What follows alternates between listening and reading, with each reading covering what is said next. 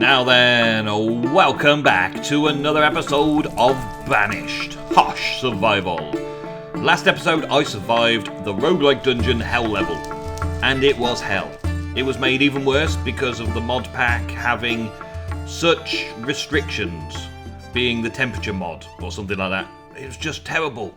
You couldn't go more than 5 or 6 minutes without needing to take a break and sit inside a pool of water to cool down, because the ambient temperature of the hell level was so extreme that no matter what I tried to resist heat or cool down, I couldn't stay in the lower levels of the dungeon for very long.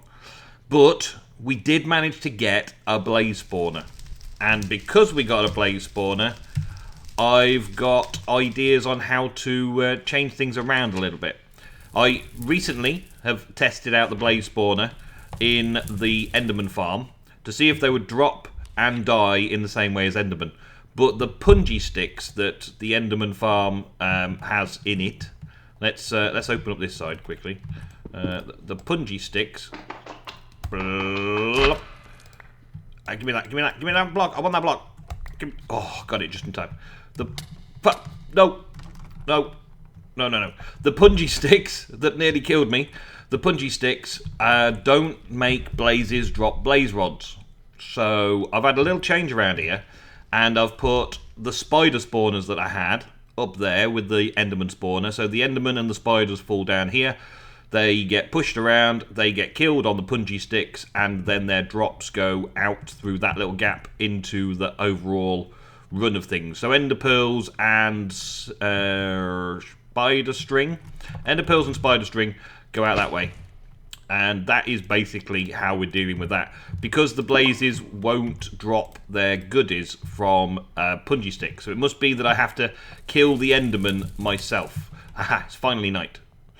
Yes, I've been trying to get to sleep before the episode, but I thought, hey, why not? Let's just record. Okay, so yeah, I've got now webs and string and ender pearls all coming into the system from down the bottom here, just down here. So everything comes in here, which is good, which is very good. They're two mobs that they can drop, they take damage, and then they drop their drops for me. But blazes are not the same. Zombies are a good source of experience, but not the greatest. And I've also got skeleton spawners, which were set up here. Well, they still technically are set up here, but I'm planning on changing those around to make space for a blaze farm. I want to put a blaze farm in this section here, and therefore I'm moving the skeleton spawner over to here. I've currently got 3 skeleton spawners that I've picked up so far, and I want to change all of that to bring it over here, to put the skeleton farm in here, and send them into these punji sticks so their drops still go in the right direction. So they can just keep supplying me with bones and arrows and whatever. Maybe the odd bow, depending on whether they drop it. But it definitely works out better to kill the zombies and the blazes myself in order to get the XP. So that's what I'm planning on doing. So I'm going to transfer the skeletons over into there, and then I've got this section to make a blaze farm in, and I'll have zombies coming down this section for me to kill, and I'll have blazes for me to kill. I'll have the drops from the skeletons, the drops from the endermen, the drops from the spiders, all floating down on the conveyors. And then in this corner, we've got some form of storage and sorting. At the moment, I've got this kind of system set up. Any gold swords and any iron swords that go into the system get hoppered directly into one of these foundries and turned into ingot form for me. And then I'm just going to have some hoppers pulling out the ingots and putting them somewhere safe. So it'll be a nice simple project to sort out. Diamonds, I want to do the same, but I want to keep the legendary diamond swords and only get rid of the other 3. So I'm going to have to do a little bit of changing around to get rid of those. And I wanted to have a look to see if there's any way of getting rid of the wooden and stone tools that I get every now and again. The things that I don't really want, but I might want the enchanted not the enchanted versions. Things that I get that I want, but I don't really want them. So I'm probably going to need to do some sort of trash can. And I'm not sure that there is a trash can in here, or a void upgrade on something. A void off thing. The only thing I've really got here is a void upgrade on the barrels. void urn. I'm not sure what void urn does, so maybe we'll make one of those. A soul urn. The soul urn is required to make a void urn, and there's no recipe for a soul urn, so I don't know how that works exactly. So the void upgrade on it might be the only thing, and just void off excess stock and leave them supplying that way. Unless there is a recycler. I think there is a recycler. Recycle. Recycle? Would help if I spelt it right. No.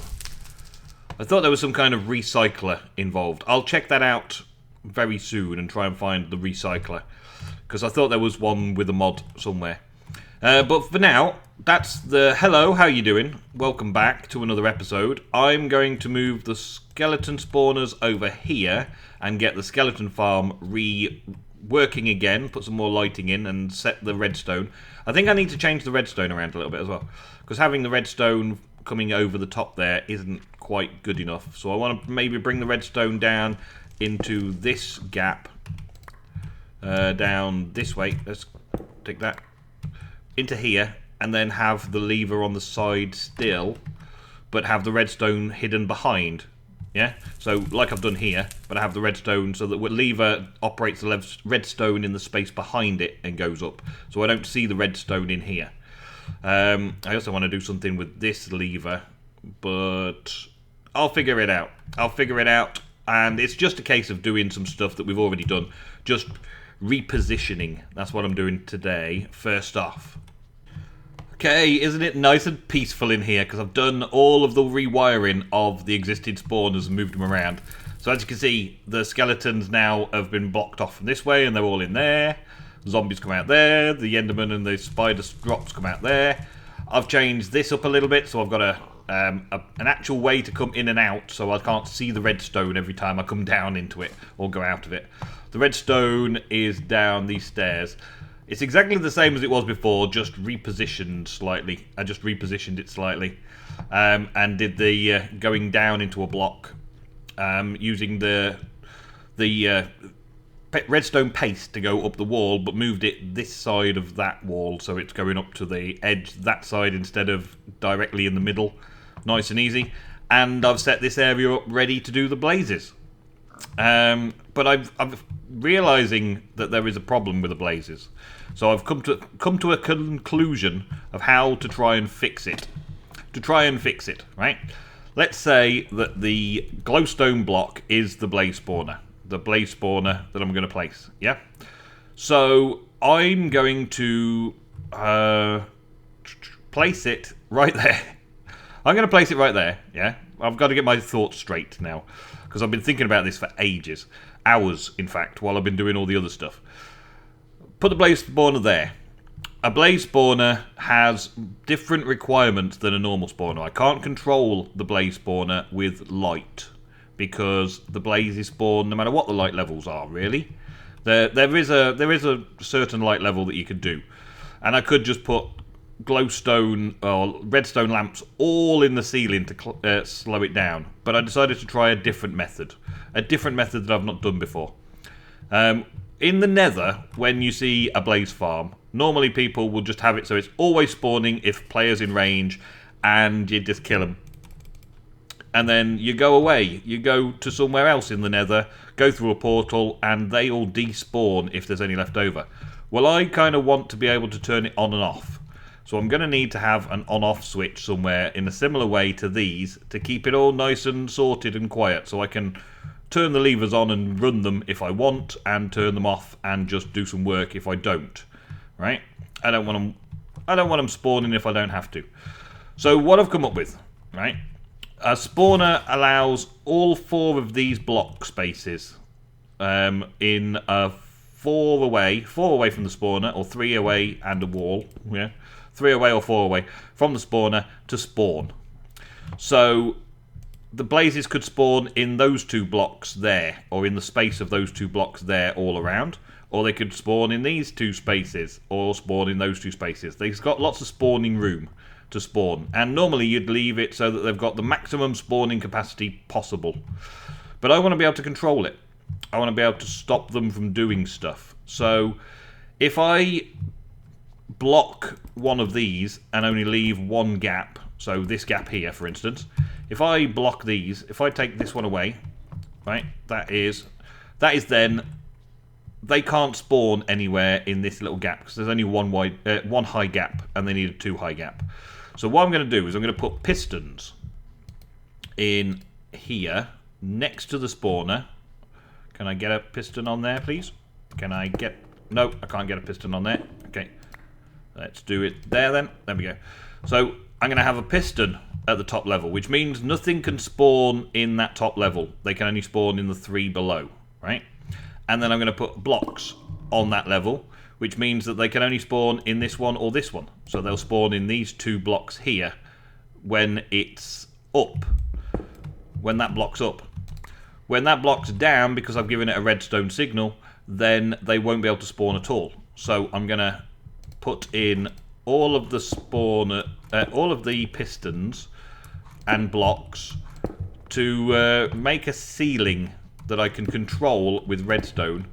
Make a ceiling that I control so that I can turn off the spawner with a redstone signal instead of relying on a light source.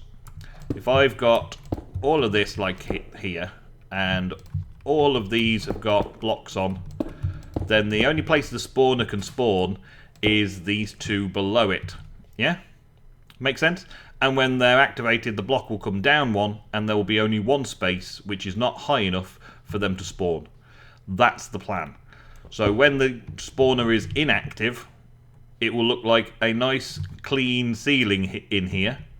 And when the spawner is active, they will all go up 1 block and leave me 2 blocks of spawning space all the way around the chamber for them to get sorted out. And then I've just got to put some, because I've got plenty of space down here to put some more conveyors down, I can put some conveyors going down this way. So as they spawn, they'll drop and they will get pushed over to somewhere where I can kill them. If I've got a killing space here for these ones, and all the XP and drops come out here and I'm just hitting their legs, then I kind of want a same sort of thing over here. So I'll probably set it up so that they're coming out this way and I can then punch them and kill them from there. So let me just quickly set all that up and we'll see how it looks, and then we'll place the spawner and run. Okay, I seem to have encountered a little problem, right? This should work, right? As far as I know with vanilla, right? Click that. It powers all of the redstone. Those pistons that it's touching goes down. And I turn it off and it breaks all the redstone off the backs of the pistons. When did that become a thing? Is that just a thing in this mod pack, or is that a thing in vanilla now? I've not tried that for ages. But I've always used to be able to put redstone on the back of a piston, and when the piston retracts it never breaks the redstone, so what's going on there? So to fix that, I guess I'm going to have to do something like this and put some redstone on the top of blocks, and the blocks will then power the pistons and not break when the pistons are retracted. Maybe? Hopefully. So that makes them all go down, yeah, that makes them all power, and then when I bring them back up, it turns it all off. Okay, so that might work then. That might work. Yeah, I've never seen that before, so I thought I'd look at it properly. But what we have here still is the whole ceiling comes down 1, meaning that there's only 1 block of space for mobs to spawn, and blazes need 2 blocks of space, so it takes up their head height block space so that it won't be able to spawn when the blocks are down. And when they're up, of course, there's plenty of space for them to spawn, and they should come over here. Now that means that I've got to figure out where I want to have my kill chamber, because I've got this kill chamber here. I might bring this down a little bit and change the floor level around here a bit. But first I've got to finish that bit of redstone. Okay, that seems to be working, and I've prepped myself up, I've put my armor on, so that I'm ready to go if they break me. If it doesn't work out properly, then they've broken me, and I got to fix it. So, when it's up, there's 2 spawning spaces. Click down, there's only 1 spawning space. Alright, so they shouldn't be able to spawn from this blaze spawner. They should try, but they shouldn't be able to. Yeah. That's good. Yep, they can't. That's good. Okay, so they're not spawning anywhere, which is good. Next up, let's just check this out. Yep, they start spawning straight away, look. And come and smack you. Down he goes. Alright, so yeah, they can't spawn, and then when I lift it up, they can spawn. Good. So now I just need to set all of these conveyor belts in the right place, and I also need to go and stand by the fire again. Yeah! Totally safe. Totally ready. I can turn it off. I can kill them all. I can even do the slicing type thing, and pick up my blaze rods. And up they go again. Spawning. They can't shoot me. They can't get to me. I just smack them, and they die. They also drop swords, which is surprising. This already dropped a diamond sword, and they drop iron swords, which means I'm getting blaze rods, iron, and diamonds from this farm so far, which is pretty awesome. I just need to now rearrange this little section so that this is no longer here. We'll get rid of that. I'm going to basically chop out all of these and change the whole thing around a little bit. What I've been thinking about doing, I've got these things, packing tape. I've got some packing tape, so I'm going to get the packing tape and just go pack these boxes up. There's only I need to make some more packing tape, but then you can kind of pick it up and move it around like this. It saves me actually moving everything around by hand, taking everything out and moving things around. I can do this, and then I can bring the drawers in the packing tape over here and put them in the right places, and set up a nice little system over here so that I can come along here and kill the zombies and pick up the skelly and enderman and spider drops, and come over here and kill blazes all day, every day to level up because they have better XP. And while I'm over here doing this, I should be in range of the zombie spawner, maybe not the skelly spawner, but definitely the zombie spawner, to get my blaze rods and the better item drops. I just need this space now to be converted into a cool storage location and auto-processing, so I can process these things like I was telling you earlier, the swords. So I can have the swords going in through the controller and then automatically pulling out, getting smelted down in the foundry to make ingots as well. So I get all the XP and all the breaking down of things to make them work. And I think that is pretty good. I think that's it for this episode. I think I'm done. I've got to get sorted out with something else to do for next episode. I think I'm about ready to go off exploring again now. We've done the dungeon as best as possible. Oh, actually, let me show you something before we go today. I've done the dungeon as best as possible. The XP farm is almost as best as possible. I've just got to rearrange this, and you can see what I've got. I've just got to change it around a little bit. But if we go to the village... Is it daylight in the village? Yes, daylight in the village, good. At the village, I've been doing the breeding of the pigs and cows and chickens. I don't think the chickens have improved yet, but the pigs... Well, the cows, look. I've got vanilla cows now. And the pigs... They've started giving me vanilla pigs. These babies were from the last batch. So I've got a couple of wild pigs from the last batch, which I'm letting grow up. And then I've got vanilla pigs all the way.